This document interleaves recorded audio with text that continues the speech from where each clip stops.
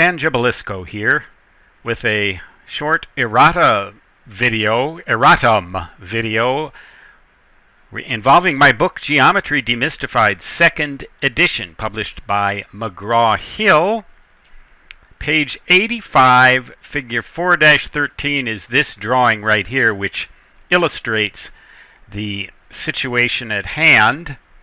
The particular problem error involves the second equation on this page, which asks what the area of this sector of a circle is depending upon the apex angle theta.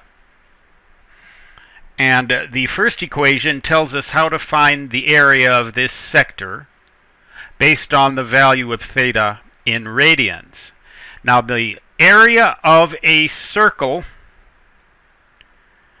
when you know the radius, the area of a circle in a flat geometric plane is pi times r squared. We have probably learned that in middle school, maybe even in elementary school. Pi is an irrational number equal to approximately 3.14159.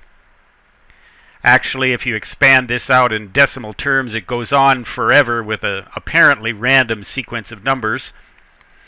You can find pi on the internet listed to thousands and thousands of decimal places if you want to. But if you know the radius, you square that, you multiply by pi, you get the area of the whole circle.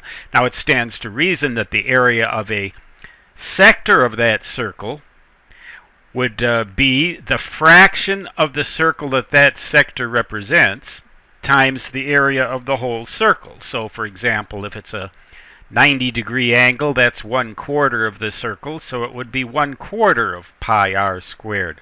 If it's 1/3 of the circle, or 120 degrees of arc, that would be 1/3 times pi r squared. So in order to figure out the area of this sector, we just need to know the fraction of this circle that it represents. In the case of an angle theta measured in degrees, we can simply multiply this original pi r squared times theta over 360. So if theta is 90, theta over 360 is 1/4. That's 1/4 of the circle. If theta is 120, then theta over 360 equals 120 over 360, or 1/3. Simple. And that is what it should say on the right-hand side of the second equation on page 85 of Geometry Demystified 2nd edition.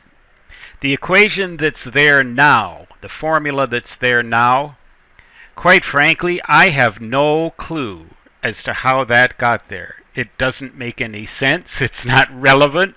How it ever got through all the way to the published stage is a mystery that can only be answered by the fact that if you put enough monkeys at computer keyboards, or I should say maybe better yet, if you put one monkey, namely Stan Gibilisco, at computer keyboards for a long enough period of time, you're going to get stuff like that.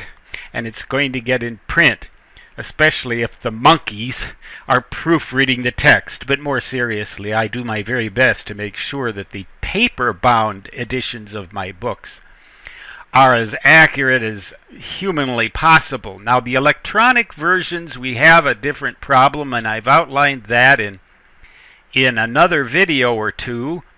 I seriously recommend that if you want to study my work, get the paper versions. For technical books especially, ones with a lot of equations like this one. You can find me, Stan Gibilisco, on the web at sciencewriter.net, and if you want to see all the mistakes that this particular monkey has made in the course of his long and tortuous writing career, you can go to that website and hit the link mistakes. I think it's better to let you know about them, and if you find any, or you think you've found any, you can send me an email, also linked from this website, or at least the address is given there. I don't have a direct link on there because I don't want all that spam to start coming my way. But that's that. This is what it should say right here on the right-hand side of the second formula on page 85 of Geometry Demystified, second edition. So long.